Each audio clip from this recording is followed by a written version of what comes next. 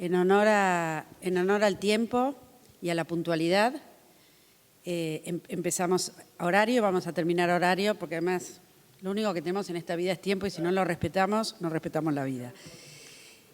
Vamos a tratar de buscar un momento para reflexionar qué impacto tiene sobre la salud los avances de los nuevos movimientos de derecha y alguna de sus manifestaciones. La verdad es que estoy muy contenta de compartir esta mesa con Micaela, quien conocí el año pasado, el anteaño, y que está liderando un increíble trabajo que ella les va a contar, y a Juan, a quien lo conocí personalmente hoy, pero por supuesto Juan Canela creo que no debe haber nadie que no lo conozca. Y la idea es esto, es tratar de hacer este espacio de conversación y de reflexión, y nos vamos a repartir el tiempo en esto. Yo voy a empezar bajando, aunque ustedes no se van a dar cuenta porque es más o menos lo mismo, y seguro no me van a ver, pero lo importante es que puedan ver también lo que está pasando ahí en la pantalla. Bueno, antes que nada yo no tengo conflictos de interés, no lo noté acá, pero no tengo conflictos de interés, por suerte, con las nuevas derechas. Y lo que yo espero es esto, digo, es compartir con ustedes algunas cuestiones que yo estoy pensando desde hace un tiempo y que además hoy y ayer, estos días, se estuvieron conversando mucho sobre las desigualdades, sobre las inequidades, sobre qué nos está pasando y cómo estamos sufriendo. Y se habló en números, y se habló en servicios de salud, y se habló desde la perspectiva de la atención, y se estuvo mirando desde distintos lugares. Yo los y las invito hoy a pensar cómo se fue conformando esto, cómo se fue conformando, por lo menos una perspectiva de cómo se fue conformando. Y para esto yo me propuse responder 4 preguntas. La primera pregunta es esto: ¿cómo se fueron conformando y qué características tienen estos nuevos movimientos de derecha, si es que son nuevos? Pero asumamos que sí, digo, me parece que no es una discusión hoy de la más importante para dar en este momento, pero para que podamos entender a qué nos enfrentamos si es que queremos producir alguna transformación. La segunda es, ¿cuál es el vínculo entre la ciencia y estas corrientes de pensamiento? Porque en realidad se supone que nosotros y nosotras somos parte de esta ciencia. La tercera, obvio, ¿qué impacto tiene con la salud pública hablar con esto? Y después una propuesta que va en la línea de lo que estuvimos hablando bastante hoy, que es qué podemos hacer desde el campo de la salud. Y en función de esto primero, yo sé que lo saben, pero es bueno recordar que esto no es nuevo. Miren esta es la manifestación de un viejo proceso que además a mí no me interesa empezar a discutir a estas señoras y estos señores y estos personajes. Dijo señoras y señores porque hay señoras, digo, que también, digo, no se trata de un tema masculino. Digo, en Italia tenemos representantes fuertes de las derechas y me parece que si nos ponemos a discutir esto estamos perdiendo el tiempo. Porque en realidad es pensar que esta es la manifestación de algo que viene muy de abajo y que viene muy de atrás.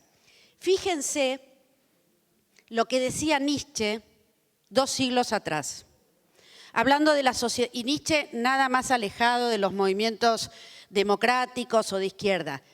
Dice, a pesar de que este sistema, el mismo sistema que tenemos, 1872, necesita un estamento de esclavos para poder tener una existencia duradera, niega explícitamente su necesidad y por ello, cuando se ha gastado el efecto de sus bellas palabras seductoras y tranquilizadoras acerca de la dignidad del ser humano y de la dignidad del trabajo, se encamina poco a poco hacia una aniquilación horripilante.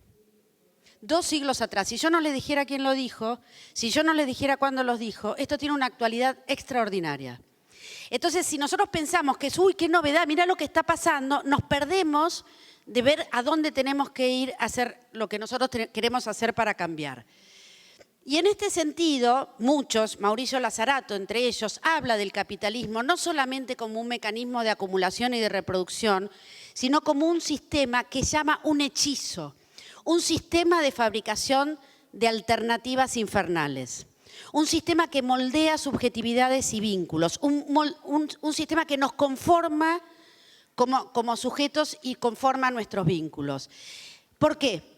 Porque, como lo dijo Nietzsche en un momento, en su discurso defiende la paz y el progreso, mientras nos entretiene y nos trivializa, no quiero nombrar Tinelli, pero es esto, y que atrás de su ideología utilitarista, tecnocrática, economicista, va a crear un clima de fatalismo y de violencia. Entonces es pensar esto, es pensar cómo históricamente se va moldeando esta red de relaciones, esta red de moldeado de subjetividades que nos llevan hasta aquí. Esto, además, ¿por qué hago acento en lo tecnocrático y en lo economicista? Porque tiene un discurso donde la nueva religión es la ciencia y donde los números definen todo y donde hay señores que detrás de un discurso economicista que nadie entiende y que además está lleno de falacias, esconde una ideología y una manera de vida que nos lleva a donde estamos.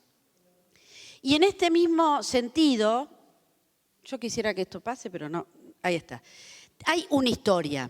Entonces, en esta historia empezamos por esta forma de vida que es el capitalismo. Revolución Francesa. Empezamos ahí. Empezamos con el individualismo, empezamos con la propiedad privada, la sagrada propiedad privada. Se exacerba con el liberalismo y acá tenemos esto. Individualismo, nihilismo, fatalismo, violencia, ¿por qué? Porque se va exacerbando. A eso se suma el neoliberalismo, del cual muchos dicen que no es solamente, dicen, no se trata de un plan económico, sino fundamentalmente del efecto de un plan económico sobre las subjetividades, pero que a mí me parece importante que esto no es, porque cuando hablamos de subjetividades y de moldeado de subjetividades parece que hablamos solo de cuestiones blandas. Y esto entró por la fuerza. Esto entra por la fuerza. Los padres del neoliberalismo, sobre todo Hayek y Friedman, apoyaron explícitamente las dictaduras en Argentina y en Chile.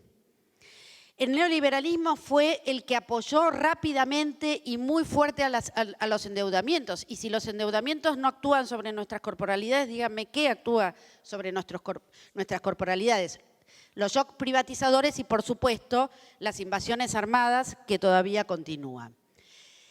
A esto se le superpone, en América Latina ya venía con mucha fuerza, pero sobre todo en Europa, se superpone la crisis 2007-2008 con un endurecimiento de todos los dispositivos de dominación. Dominación económica, dominación subjetiva, dominación de las poblaciones.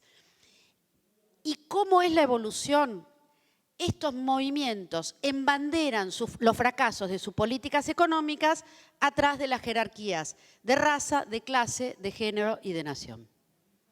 Entonces acá tenemos este cuadro que se va tejiendo lentamente, históricamente, y que ahora emerge con estas figuras, pero que en realidad es un lento tejido. Y fíjense si en todos los discursos no están los mismos lenguajes. Fíjense lo que decía Milei. Lo que explica por qué fue bueno aceptar la migración de nuestros abuelos es que no había estado de bienestar. En pleno auge del estado de bienestar, lo está diciendo.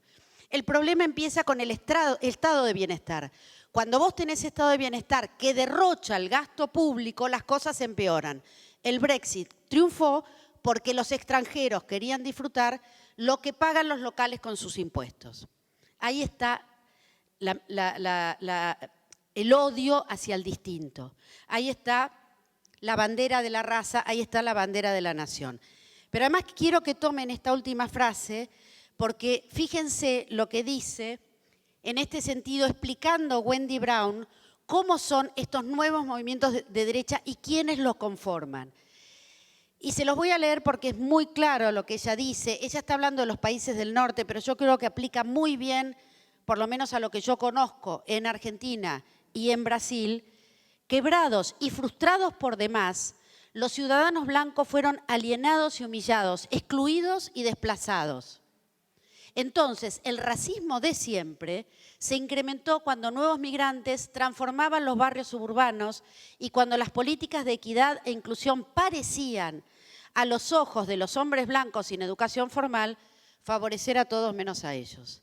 Díganme si no es lo mismo que estaba diciendo Milei. Miren cómo se ordena y cómo hace que uno entienda la realidad de una manera o de otra.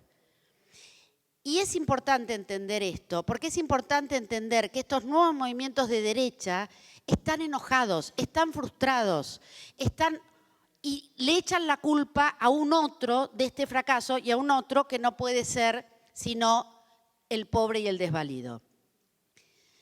2 minutos, me voy a atrasar un minutito, porque nunca hubo una sociedad con una crítica tan fácil, pero nunca hubo menos pensamiento crítico real. Se trivializa la crítica, se critica para destruir y las familias se embanderan, o estos grupos se embanderan y quieren retornar a un pasado mítico que nunca existió, de familias blancas, heterosexuales y ordenadas, donde el alcoholismo era un problema de los pobres, donde las mujeres y los negros y los pobres se subordinaban y donde además, por supuesto, teóricamente, y lo digo con muchas comillas, no había ni violencia familiar ni abuso sexual. Esto es un cóctel perfecto y a esto le suma una ciencia tecnocrática que solo va a los números, que pierde su horizonte, que no tiene principios porque eso es ideología, según la ciencia, y que solo hay que discutir con números. Y esto también lo decía Nietzsche. Fíjense lo que decía, lo que hay de peligroso, de corrosivo y de envenenador en nuestro modo de hacer ciencia es que está enferma de un engranaje y mecanismo deshumanizado, enferma de impersonalidad. Pierde la finalidad. El cultivo moderno de esta ciencia barbariza. Y eso lo vimos en la pandemia. Increíbles vacunas en tiempo récord, mal distribuidas porque no tiene principios. Y más tarde, Monerot, en la misma línea, dice lo mismo, pone materiales de tan rica diversidad, pero es cruel y aguda como una refinadísima casa del hombre y pone en acción la agresividad humana en su forma más alejada, más ajena y más distante. Porque es este discurso tecnocrático. Es este discurso que dice, esto no lo vamos a hablar porque eso son ideas y las ideas no es ciencia. No posee una meta, no posee una voluntad, es la inquietud misma de la falta de ideal, que es preciso que esté en manos de algo más poderoso.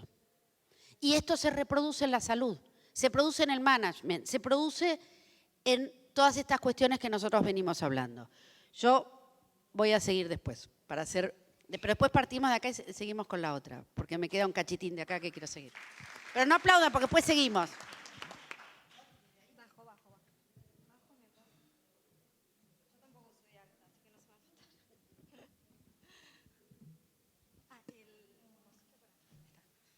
¿Cómo se pasa de acá? Esto, ¿no? Ok. La derecha. ¿Son 10 o? Tiene que ser con el de la derecha. Bueno, hola, ¿se escucha así? Bueno, antes que nada quiero agradecer a Alejandra y a todos los organizadores de este primer Congreso Internacional. Yo no soy del área de la salud, del área de la medicina, sino de las ciencias sociales. Soy socióloga, doctora en ciencias sociales, y coordino un laboratorio de estudios sobre democracia y autoritarismos en la Universidad Nacional de San Martín. Cuando Alejandra me convocó para esta mesa, yo pensé en ofrecerles un panorama, coincidiendo mucho en una línea muy similar de aquello que estaba diciendo Alejandra, sobre el autoritarismo o la subjetividad autoritaria en nuestro país. Nosotros venimos realizando desde el laboratorio una serie de análisis en relación no tanto bajo la denominación de derecha, sino sí de personalidad autoritaria o inspirado en los estudios de personalidad autoritaria de Theodor Adorno, y buscamos entonces medir desde hace, diría, unos 10 años, o sea, estimar desde hace unos 10 años a partir de datos y de análisis cualitativos, grupos focales, entrevistas en profundidad, etcétera, aquello que podíamos entender por personalidad autoritaria. Para definirlo muy rápidamente, la subjetividad autoritaria es aquella que queda presa de ciertos convencionalismos o de una forma de relacionarse con la norma muy apegada, de rasgos jerárquicos, verticalistas. Uno podría traducir ese tipo de subjetividad actualizándola y pensando en nuestro presente. Podría pensar cómo esos rasgos de autoritarismo que son poco abiertos a la diferencia, poco abiertos a la disidencia, poco afines a lo que Adorno llamaba introspección, o sea, intracepción, o sea, modos de reflexionar sobre la sensibilidad, sobre la imaginación, sobre,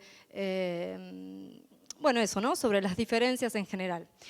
Uno podría pensar entonces algunos rasgos que venían definidos por este grupo de autores a lo largo de los años 60, para pensar cómo esos rasgos se replican y calan en ciertas formas de la subjetividad, como también traía Alejandra, a partir de lo que desde las ciencias sociales comenzó a llamarse neoliberalismo.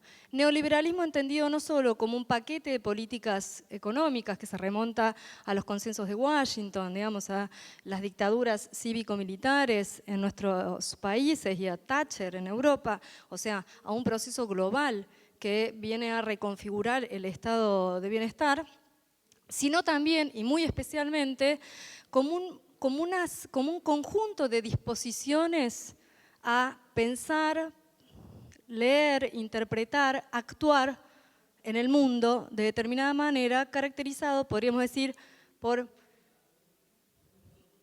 algunos trazos. El primero de ellos, diría, es una concepción meritocrática de mercado, es decir, creer que aquellos que tienen éxito, entre comillas, lo tienen por un solo y único esfuerzo individual, o sea, una concepción del individuo como independiente, es decir, como un sujeto que prescinde de todas las instancias de interdependencia que hacen posible su existencia, ¿no? Con instancias de interdependencia me refiero a instituciones del Estado, a instituciones del cuidado, a instituciones de la salud, ¿por qué no?, a instituciones públicas en general, pero también a vínculos intrasociales o lazos sociales. También podríamos pensar esta subjetividad autoritaria / neoliberal asociada a, que creo que es de aquello que va a hablar Juan, asociada a una serie de modalidades de justificación de las desigualdades, ¿no? Meritocracia de mercado, justificación de la desigualdad, bajo la concepción de que nuestras sociedades se basan en la competencia y si nuestras sociedades se basan en la competencia, en esa competencia hay ganadores y perdedores. Y está bien que los haya, ¿no? Esa idea que forma parte de una argamasa ideológica que forma estas subjetividades de un modo no blando, como decía Alejandra, sino más bien configurando corazas muy duras y difíciles de roer, porque son muy reactivas a la crítica y a las formas de la reflexión. Y podría poner un tercer punto, que es el punitivismo. Hay un alto nivel de punitivismo que está atravesando las subjetividades autoritarias, que tiene que ver con esta especie de vocación de castigo a todo aquel que se desvió de algún tipo de norma o está en una situación de padecimiento justificadamente o no cumplió con alguna de las expectativas que la sociedad le puso y por lo tanto también es merecedor de algún tipo de punición o castigo.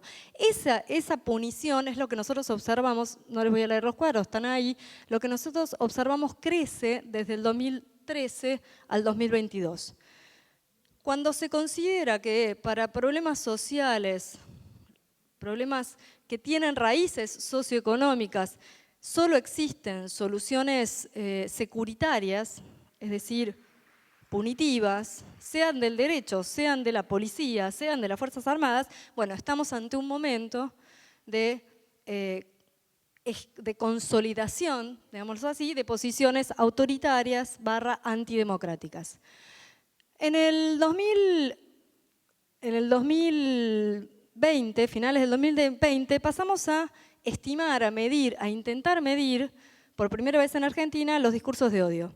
¿Qué entendemos por discurso de odio? Es como si fuera la hipérbole, el punto más alto del autoritarismo. Si el autoritarismo tiene estas características que le mencionaba, los discursos de odio son modos de, formas de hablar en la esfera pública, en cualquier escena que ustedes imaginen de la esfera pública, promoviendo, legitimando formas de la discriminación o la violencia que por motivos de raza, clase o género que pueden conducir al deseo o explicitar el deseo de la eliminación de ese otro.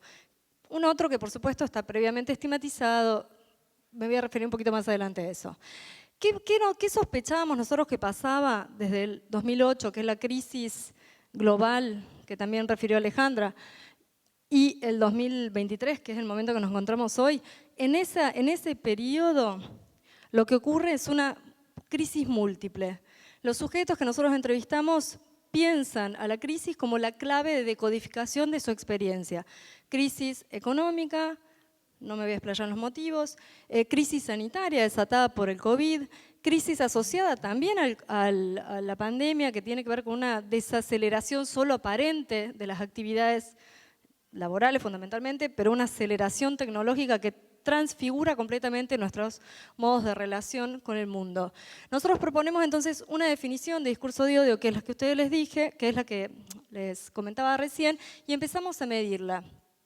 Por supuesto, como decía hace un ratito, no todos son susceptibles de ser objeto de un discurso de odio, sino son objetos privilegiados de estos discursos aquellas identidades sociales que ya están marcadas en términos sociohistóricos, marcadas por signos de género, de raza, de etnia, de nacionalidad, pero también aparece de política, ¿no? Y eso debería encender una alarma. ¿Qué hacen los discursos de odio? En principio esto: deshumanizan, incitan a la inhibición de derechos, asedian, acosan y producen, por lo tanto, una exclusión de la conversación en la esfera pública o en el espacio público. Se montan, decíamos, sobre ciertos prejuicios, pero no se montan sobre todos de la misma manera. Y esto también lo pudimos corroborar a través de nuestras investigaciones. Existe un significativo sesgo de género en aquellos objetos que se eligen como destinatarios de expresiones violentas, excluyentes, estigmatizadoras a este nivel, ¿no? No es solo la expresión de un insulto, es la voluntad o el deseo de la eliminación del otro, del no reconocimiento del otro como sujeto legítimo o sujeto poseedor de un derecho. Les muestro solo otros resultados para terminar. Cuando medimos discurso de odio en el 2020, el discurso de odio está, o sea, ¿cómo lo medimos? A través de la construcción de un índice. El índice está compuesto de 3 variables: un enunciado muy xenófobo, un enunciado con alto contenido anti-LGBTQ, disidencia, y un enunciado racista.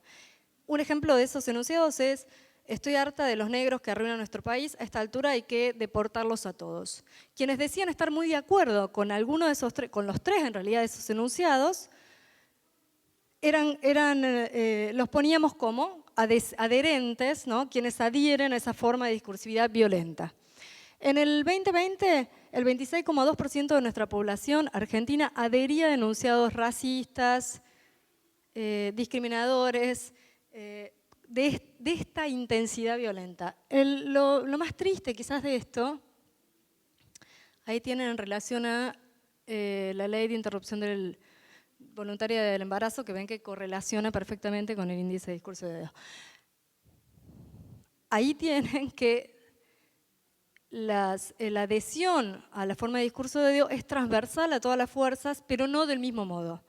Todas las fuerzas políticas tienen entre sus adherentes, o sea, entre sus votantes, personas que adhieren a este tipo de discursividad, solo que no lo tienen del mismo modo. Por supuesto que si yo lo tengo, como lo tienen los republicanos, los libertarios, si sé que un 45,2% de mi electorado adhiere a ese tipo de afectividad violenta, voy a capitalizarla políticamente y no voy a querer tampoco regularla, ¿no? Esa es la lógica. Pero lo que le quería mostrar, y con esto voy cerrando, es que ese índice de discurso de odio, cuando ponemos el foco en AMBA, no ya en Argentina, que es el promedio nacional que les mostraba, vemos que crece en tan solo un año, y posterior a esto al atentado contra la vicepresidenta, crece en 7 puntos, ¿no?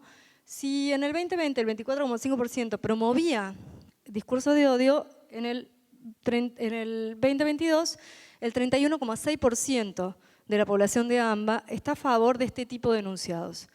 Recordemos que los enunciados son eso, ¿no? Altamente lesivos. Voy hacia el final, porque acá manejábamos dos hipótesis, esto solamente lo cuento, dos hipótesis que nos permitían explicar por qué se daba entre los jóvenes, por qué es entre los jóvenes y entre los adultos en donde más se perciben disposiciones autoritarias hoy en la Argentina.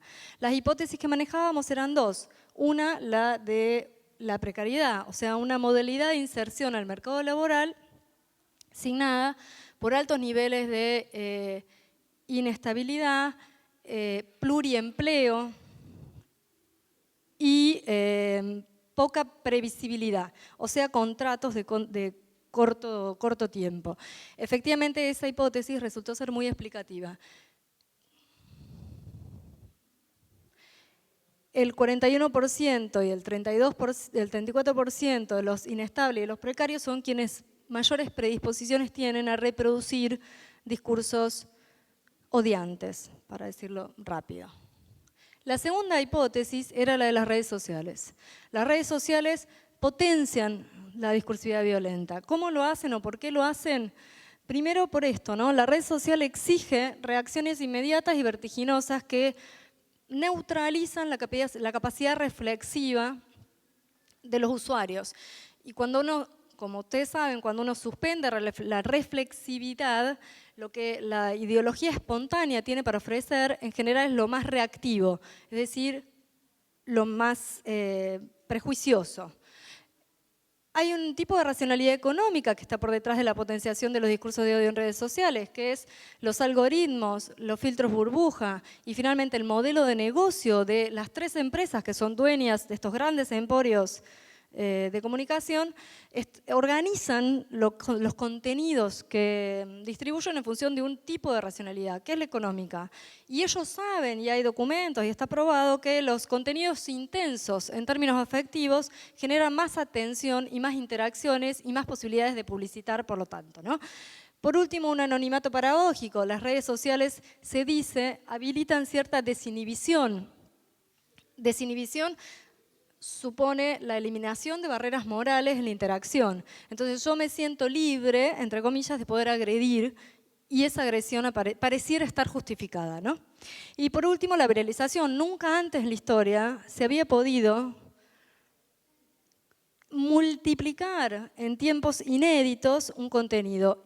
La posibilidad de retrotraerse a esa viralización es irrisoria, ¿no? Lo que uno puede hacer como usuario en relación a esa potencialidad es irrisoria. Yo creo que me estoy quedando sin tiempo, entonces solo voy a decir que entre las esferas de incidencia, o sea, en dónde los discursos de odio producen daño, ahí están. ¿En dónde puede intervenir la salud pública? Sobre todo en esto, ¿no? O sea, cuando los discursos de odio producen trastornos o sea, producen lesiones o daños en las percepciones de sí mismo, que se da sobre todo en adolescentes. Los adolescentes son quienes los más vulnerables a este tipo de lesiones producidas por los adolescentes, las mujeres, sobre todo mujeres adolescentes, en este tipo de cosas. Bueno, por supuesto que el rol de la salud también podría ser tranquilamente el de participar, y sobre todo la salud pública, participar de las discusiones en la esfera pública en donde se buscan generar contranarrativas o narrativas alternas a aquellas que reproducen los prejuicios sociales sobre los que se montan los discursos de odio. Muchas gracias. Intenté ser breve.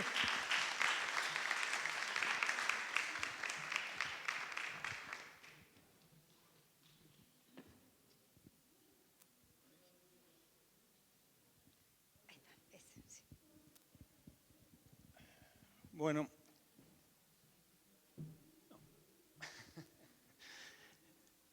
buenas tardes, muchísimas gracias por la presencia de ustedes y también quiero agradecer a los que cometieron el error de invitarme, no sé por qué, pero bueno, lo lograron. Mi nombre es Juan Canela, soy director del Hospital Mercante También en este momento estoy coordinando la Asociación Latinoamericana de Medicina Social, ALAMES, que bueno, en el mes de julio tenemos nuestro congreso también, que están lógicamente todos invitados. El tema que nos convoca, bueno, avances de las nuevas derechas y discursos de odio y salud. Cuando me puse a pensar desde dónde, qué comentar, decidí tener una mirada de todas las cosas mundanas, las cosas que nos ocurren a diario, que hacen a un caldo de cultivo para que las derechas puedan llegar a expresarse y lograr lo que parecería que están logrando. Pero bueno, parto de un poquito más atrás. Esto no es tan mundano para nosotros, aunque es relativo, ¿no? Este es un fresco de Ricci, pintado en 1683, sobre un acto de Inquisición que había ocurrido 3 años antes en la Plaza de Madrid. La Inquisición era algo moralmente aceptado. Es más, Lucio III, un papa, era el que al sur de Francia, en los 1200, había empezado con este tipo de actividades. Me llamó la atención esto de que Inquisición, del latín averiguar, investigar, y no sé por qué sumé a la Suprema Corte de Justicia ahí inconscientemente. Bueno, esto pintaba que era tan moralmente aceptado que estaban los reyes, estaban los jurados, estaban la víctima, estaba el pueblo presenciando algo que era lo que debía hacer para combatir la herejía. Comenzaron por el 1200 y terminaron recién en el 1800 en Portugal.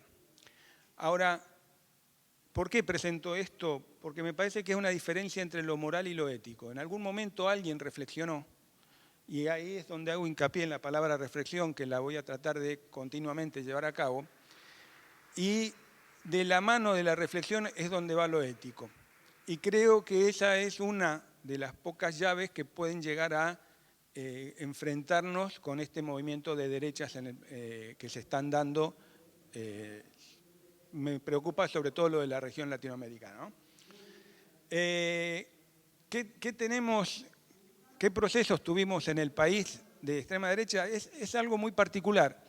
Ellos nunca pueden venir a decir, aunque ahora se están animando, pero no pueden decir, vamos a cerrar todas las pymes, con lo cual va a aumentar la desocupación, con lo cual el salario se va a caer, no nos interesa la producción, nos interesa la timba financiera, con lo cual la única forma de sostener esto es a través de préstamos con el Fondo Monetario Internacional. Eso no lo pueden decir. Entonces, ¿qué artilugios se utilizaron en los 3 procesos de neoliberalismo que tuvo el país? Primero fue el terror, con la dictadura. Cerraron 25.000 pymes y se abrieron 340 centros de detención, tortura, violación y muerte.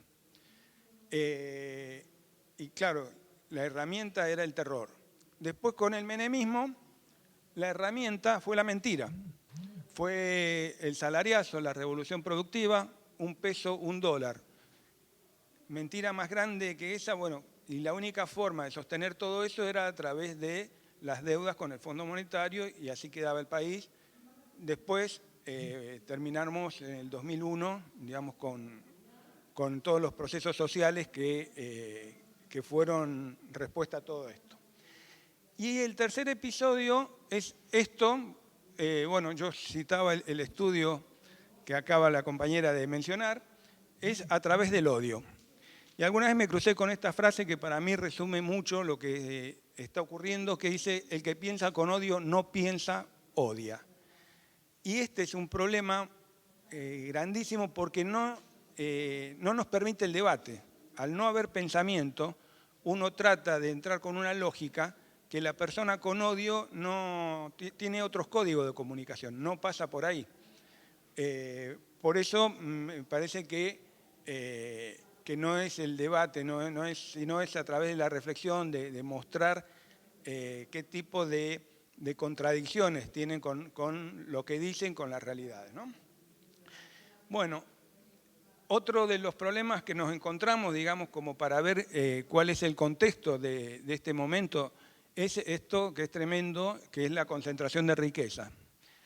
En pandemia, el 1% más rico se quedó con el 63% de las riquezas que se generaron en ese momento, mientras que el 99% restante de la población mundial se quedó con el 37%. Esto cada vez se concentra más, cada vez son procesos más rápidos, más aceitados, y desgraciadamente el sistema de salud se ha convertido en un sistema, en una maquinaria muy aceitada de concentración de riqueza, a través del complejo médico industrial financiero, con la industria farmacéutica, la biotecnología, las patentes y el tema de los seguros. Eso, por ejemplo, en Estados Unidos mueve la misma cantidad de divisas, de riqueza que se compara con el PBI de Brasil, como para tener en cuenta lo que es la salud en un mercado de concentración de riqueza. Perdón.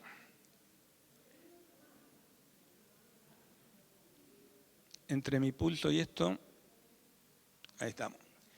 ¿Qué es lo que está naturalizado en el contexto que tenemos? Nuestra cultura se hace pie, se apoya en 3 columnas que son el capitalismo, el colonialismo y el patriarcado. Las 3 tienen algo en común, que es la injusticia.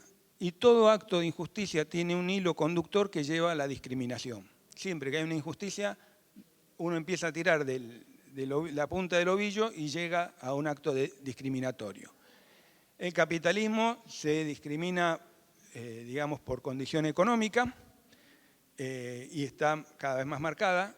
El colonialismo, donde está la famosa batalla cultural que en teoría enfoca ahí, tiene un proceso más que particular de una producción de subjetividades uniformadas en este momento, ¿no? Donde está todo prolijo, todo, digamos, como debe ser, entre comillas, donde no hay un sujeto, de derecho, el sujeto es acrítico, se adapta, y al no haber, digamos, un sujeto crítico o un sujeto de derecho, también eso es uno de los problemas que tenemos para reforzar el derecho a la salud.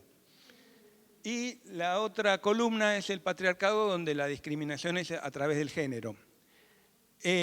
Por suerte, en el patriarcado tenemos el ejemplo de las compañeras que a través de la Ola Verde y todo este movimiento que han levantado la alfombra y han mostrado toda la basura que estaba escondida.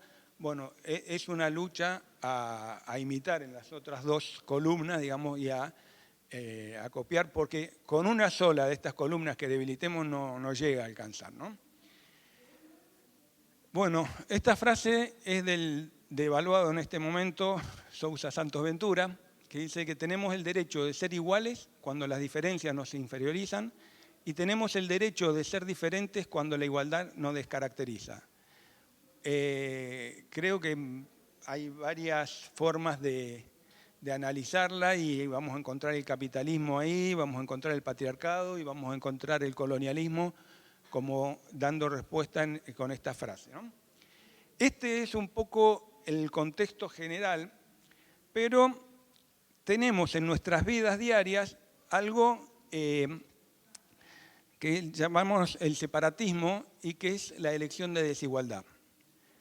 Después que terminé de armar el Power y que lo había enviado, me di cuenta que la frase final, los individuos no buscan las desigualdades, pero sus elecciones las generan, estaba mal esa frase, porque en realidad era los individuos no buscamos las desigualdades, pero nuestras elecciones las generan, porque caemos siempre y no es culpar al resto, sino que hay elecciones cotidianas que estamos nosotros inmersos y generamos cada vez más desigualdades.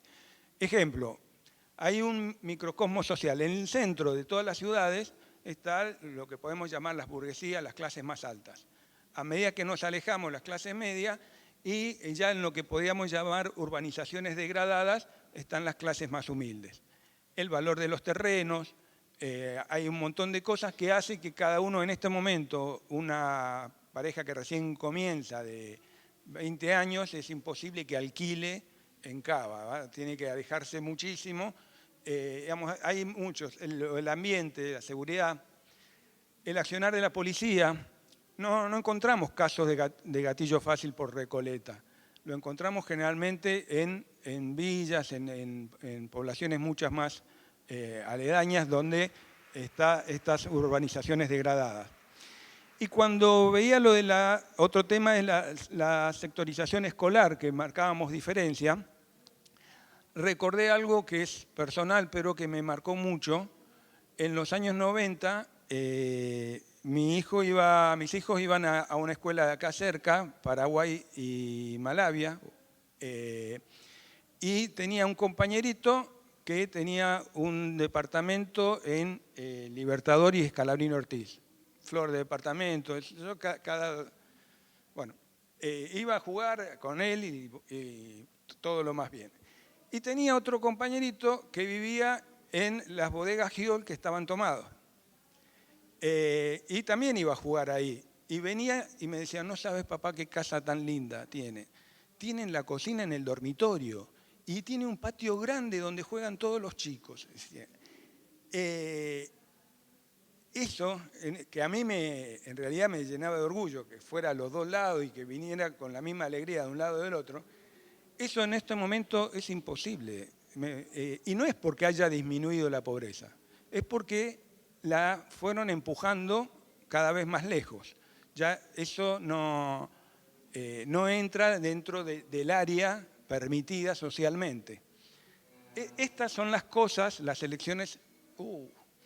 Bueno, estas nos llevan, estas separaciones que vamos eligiendo del desempeño escolar, es una competencia que cuando un padre manda a un chico a una escuela, ya lo pone en un acto de competencia en función de un acceso de empleo.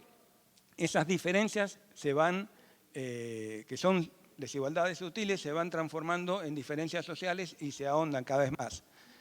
Está el problema de culpar a la víctima, que está en función de la moralidad protestante. La moralidad protestante, el Dios, digamos, perdonaba y premiaba a todos los que hacían los méritos para ser triunfadores y generalmente eran triunfadores económicos, ¿no? Esto va naturalizando y fomentando las desigualdades. También está el problema del miedo, el miedo al desempleo, sobre todo de 40, 50 años, el desplazamiento y la incertidumbre. En el gobierno anterior habían quienes decían acostúmbrese a vivir con incertidumbre y a disfrutarla. Y digamos que la pandemia nos marcó más que claro cuáles eran los problemas de vivir con incertidumbre, porque mayor incertidumbre que la que se atravesó en ese momento, imposible. La respuesta a esto es la solidaridad como condición de igualdad. No la solidaridad de una donación, que esa es una generosidad de vida corta, con fecha de vencimiento muy cortito. Pero tiene tres pilares teóricos la solidaridad. La interdependencia de actividades económicas y sociales. Ninguno de nosotros podemos hacer todo. Entonces, cuando se arma una sociedad, tiene que estar el recolector de residuos, el que pinta, el que arregla, el que cura, el que enseña, todos, y entonces ahí se arma, digamos, lazos solidarios para poder convivir en una sociedad. También estaba en sus comienzos una solidaridad de índole político entre la relación de súbdito y soberano, hasta que empiezan las revoluciones democráticas, donde pasa a ser soberano el pueblo y la solidaridad era mutua entre el pueblo y el soberano, ¿no? Y algo importante que era la solidaridad a través de la fraternidad, que es algo más bien simbólico. Esa fraternidad se puede dar en el trabajo, las luchas sociales, los movimientos obreros, digamos, donde hay valores afines, esas cuestiones hacen de cierto fortalecimiento. Se me hace... Bueno, leo los títulos. Se busca una solidaridad donde haya fraternidad fuerte, como puede ser una cultura nacional, una economía nacional, soberanía política, hablamos de la moneda, que ahora están hablando de una moneda extranjera, con lo cual se rompen los lazos de solidaridad. Esto para mí es el desequilibrio que lleva. Las representaciones democráticas tienen una doble coacción: diversidad de intereses hasta llegar a una coincidencia razonable y una unidad de la vida social con el principio de solidaridad. Este equilibrio es el que para mí se ha roto. Ya no hay una vida, no existen los principios de solidaridad, la vida social se rompe y la representación, la diversidad de intereses cada vez es más fuerte. Conclusiones: la respuesta para mí es política, es función de reforzar la solidaridad, de buscar los lugares de fraternidad, vienen por los sindicatos, vienen por todos los lugares donde tenemos lazos en común que nos fortalecen y fortalecen esa solidaridad que da una respuesta política y que produce esa reflexión de la cual se hablaba al principio. Gracias, disculpen. Perdón. Bueno, y para poner mis últimos 5 minutos, para terminar, yo quería cerrar compartiendo con ustedes cuáles son algunas de las salidas, algo de lo cual ya lo dijo Juan, porque pareciera que este es un movimiento histórico que lleva más de 200 años, que no hay salida, que es un sistema que nos moldea, nos subjetiviza y que se reproduce a sí mismo. No, la última, la que dice 4. Y acá hay un tema: si nosotros queremos trabajar en salud pública, la salud pública es la manifestación social de la decisión de un pueblo de cuidarse a sí mismo. Y eso implica lo que decía Juan, que es la solidaridad. Pero si nosotros vamos ingenuamente, ustedes saben que los cuentos tradicionales tienen enseñanzas. Caperucita Roja fue eso, le avisaron: mirá que está el lobo, mirá que está el lobo. La ingenuidad lleva acciones infructuosas. Entonces, ¿qué podemos hacer desde el campo de la salud? ¿Qué podemos hacer desde un campo que es contrahegemónico? Porque lo que su base es la solidaridad. En realidad, romper este nudo gordiano, porque nunca los sometimientos son absolutos. Siempre hay espacios de fuga y espacios de salida. Yo no sé si es cierto lo del efecto mariposa, la verdad que no lo sé. No está probado, pareciera. Esa ciencia verdadera parece que no lo probó. Pero sé tejer y sé lo que pasa en un tejido cuando un punto se suelta. Entonces yo sé que hay algo ahí que podemos hacer y esto además tiene mucho fundamento teórico. Lo primero es darnos cuenta, como dijo muy bien Juan, que nosotros somos parte del problema. Y yo no quiero hablar por mí, si Italo Calvino lo dice tan fácil. Dice: el infierno de los vivos no es algo que será, es uno, es aquel que existe ya aquí. El infierno que habitamos todos los días, que formamos estando juntos. 2 maneras hay de no sufrirlo. La primera es fácil para muchos: aceptar el infierno y volverse parte de él hasta el punto de no verlo más. La segunda es peligrosa y exige atención y aprendizaje continuo. Buscar y saber reconocer quién y qué en medio del infierno no es infierno, hacerlo durar y darle espacio. Y esto tiene un fuerte contenido teórico, porque en principio es decir: hermano, no estás afuera, sos parte del problema. Y el segundo es buscar, y acá viene el otro camino, que son las redes. Y Cornelius Castoriadis lo dice muy fácil y muy claro, hablando a Fukuyama cuando dijo era el fin de la historia. Y dijo: no es el fin de la historia. Mientras haya gente que reflexione sobre el sistema social y su propio sistema de pensamiento, habrá creatividad en la historia. Y el lazo que tenemos pasa por los individuos vivientes, pasa por las redes que formamos cada día. Imaginemos el campo social como un campo atravesado por múltiples fuerzas. Algunas vienen de arriba para abajo, otras vienen de atrás para adelante en la historia, y hay otras que surgen, que salen y disrumpen y rompen. Y en este sentido es volver a construir confianza en que la ciudadanía puede ser vector de novedades, volver a construir ciudadanía, porque la salud es el estado presente, el estado que puede ser una entelequia. Cuando nosotros estamos haciendo una clase en la universidad, cuando nosotros estamos haciendo una atención, Nosotros, por ejemplo, con nuestra organización gestionamos un hogar para mujeres víctimas de violencia en situación de calle. Esa es la cara del Estado para la gente. Esa es la estrategia de subjetivación. Esa es la respuesta que nosotros podemos dar. Ahí, Deleuze y Guattari lo decían muy claro. Dice, nosotros anunciamos el desarrollo de un fascismo generalizado. Lo están diciendo el siglo pasado. Y entonces dice, o bien se construye una máquina revolucionaria capaz de hacerse cargo del deseo.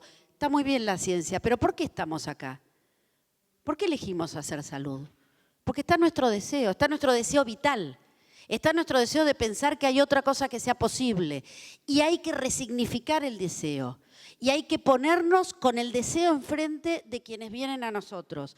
Hay que buscar ahí, volver a nosotros mismos, empezar por nosotros, y los feminismos lo sabemos muy bien, a esos micropoderes, esos microespacios. Cuando te dicen, pasá querida, no, que no soy tu querida.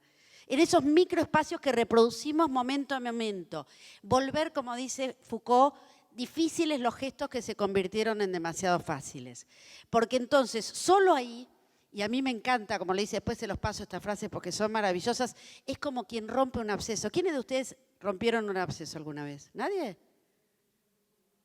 ¿Y qué pasa eso, no? Bueno, piensen que con algo de lo que hacemos en nuestro cotidiano es como un caño que se rompe.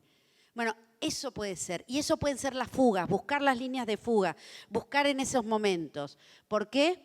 Porque son esos momentos en los que las evidencias se enturbian, en los que las luces se apagan, cae la noche y la gente empieza a percibir que actúa a ciegas, que necesita una nueva luz, una nueva iluminación y otras reglas de funcionamiento. Y eso lo podemos hacer desde cada lugar de nuestro trabajo. Porque eso es el poder que tenemos nosotros en nuestras manos. Para que la política transforme lo que nosotros estamos construyendo en las bases. Muchísimas gracias.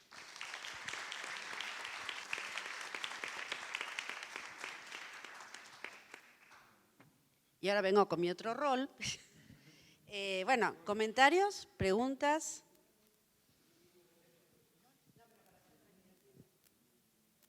Nadie va a decir nada, por favor, les pido. No nos dejen solos.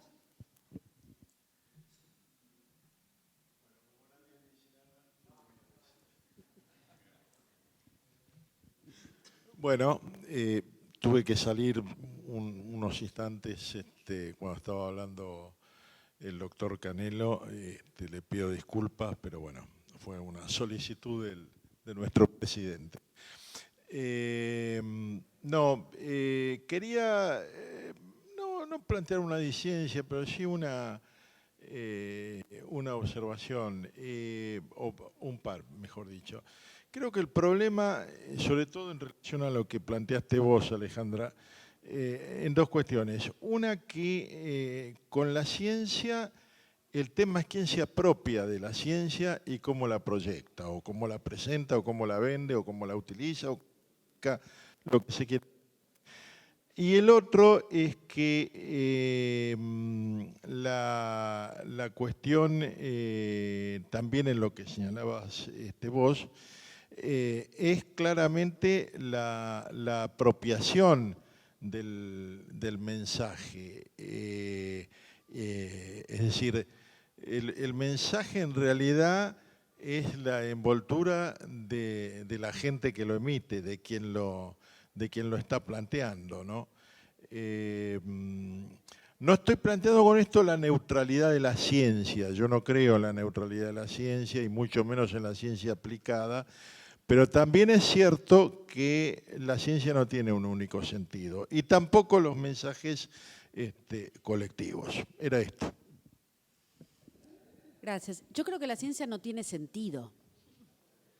Claro, el sentido, claro, es que yo creo que la ciencia no tiene, el problema es cuando uno cree que la ciencia tiene un sentido y le adjudica todo el poder al sentido de la ciencia que no tiene, depende de hacia dónde va, era lo que decía Monerot, es hacia dónde va. Y esa es otra construcción, me parece a mí. Depende de quién se lo da. Sí, bueno, eso. Está en disputa. Claro.